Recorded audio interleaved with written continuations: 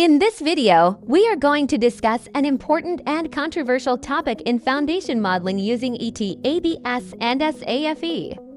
Many engineers model shear walls and columns directly inside the foundation model in SAFE, believing that this approach produces more realistic reinforcement results. But is this actually correct? Why does reinforcement under shear walls sometimes reduce dramatically after modeling the superstructure elements inside SAFE? And does that reduction really represent a safer or more accurate design? In this tutorial, we will compare several modeling approaches, validate them directly inside ETABS, and explain the structural mechanics behind these differences. After exporting the structure from ETABS to SAFE, shear walls are typically transferred as line elements. These line objects behave as beam elements with wall depth assigned as the section depth. Their purpose is mainly to transfer wall stiffness into the foundation model. This approach is generally acceptable. However, because these wall lines transfer loads as concentrated line forces, it is strongly recommended to convert them into stiff area elements. To do that, select the wall line object. Go to Edit Line, use Convert to Beam Slab, then assign a stiff section property. This helps distribute the forces more realistically beneath the wall and reduces excessive stress concentration. This conversion improves local force distribution and mesh compatibility under shear walls. Some engineers believe that this is still not enough. They argue that, in addition to the exported wall lines, the actual columns and shear walls should also be modeled directly on top of the foundation slab inside SAFE. The idea is that the superstructure stiffness should participate in the foundation behavior. For example, a column section can be defined inside a SAFE. Shear wall sections can also be modeled. The option Include Automatic Rigid Zone Area over Column can be activated. And rigid diaphragm behavior can also be enabled in advanced modeling options. The purpose is to capture interaction between the superstructure and the foundation system. At first glance, this approach appears logical.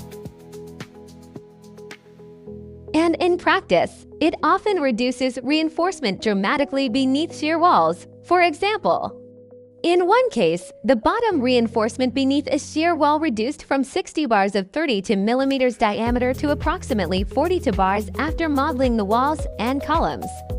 That is a very significant reduction, but the important question is this reduction physically correct, or are we unintentionally changing the structural assumptions? There is another important detail. When walls and columns are modeled normally inside SAFE, the software automatically restrains rotational degrees of freedom Rx and Re at the connection points. This means the wall base behaves closer to a rotationally fixed support. As a result, rotational stiffness increases significantly. Some engineers remove these rotational restraints manually. To do this, select the nodes. Go to Assign, Support Data, remove rotational restraints. After removing these rotational restraints, reinforcement may increase slightly again. For example, instead of 40 to bottom bars, the required reinforcement may become around 47 bars. So even small modeling assumptions can change reinforcement results by 20 to 30%. Rotational stiffness has a major influence on moment transfer between walls and foundation slabs. To verify which modeling approach is more accurate, I created another model directly inside ETABS. In this second model, the foundation slab was modeled explicitly.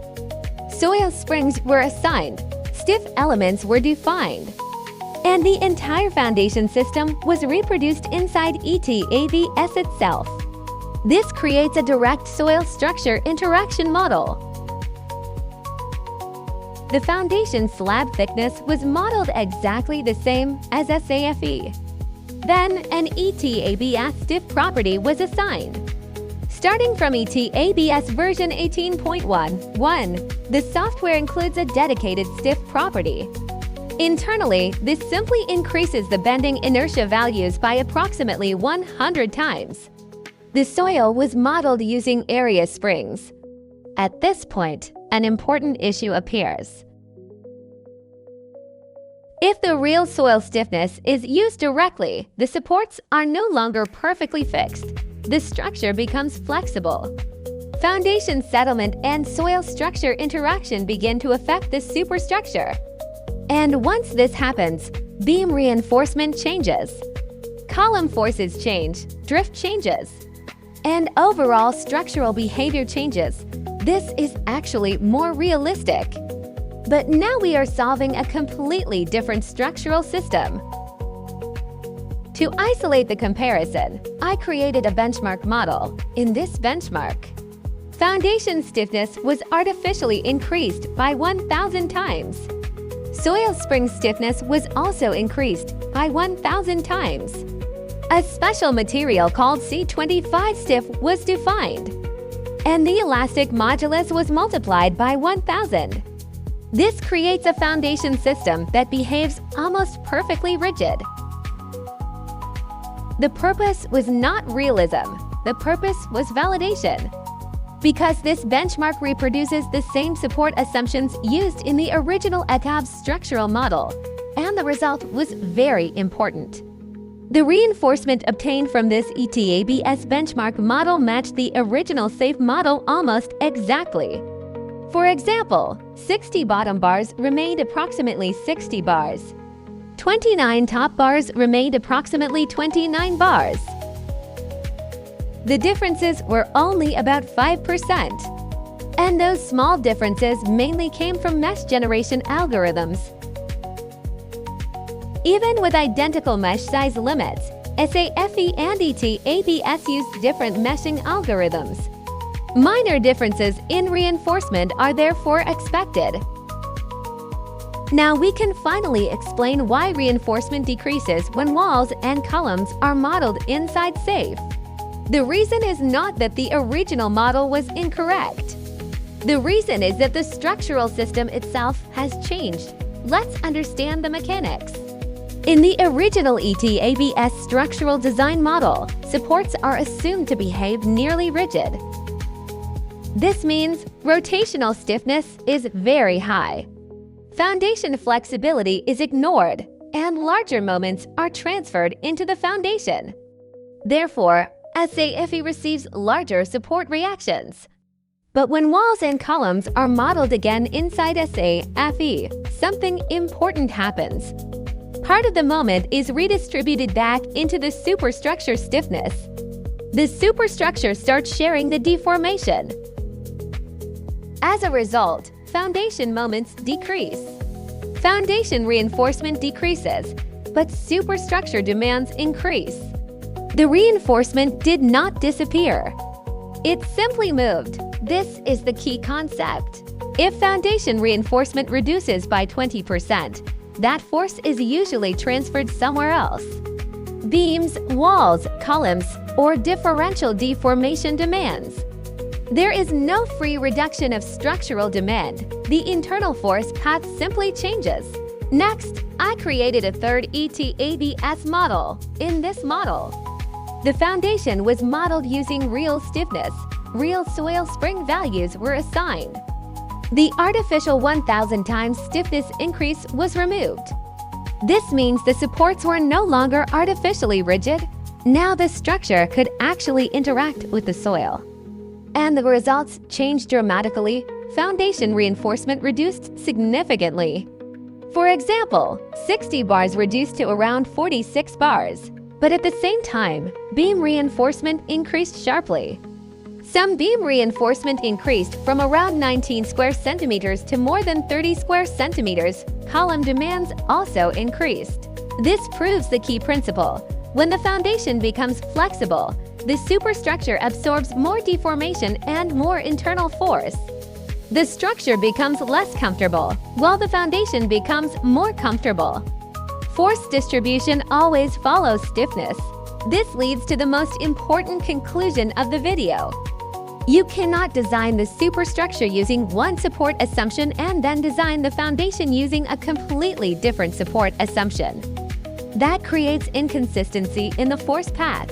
If the superstructure is designed assuming rigid supports, then the foundation should also be designed consistently with that assumption. And if the foundation is modeled using realistic soil flexibility, then the superstructure must also be redesigned using the same flexible support conditions.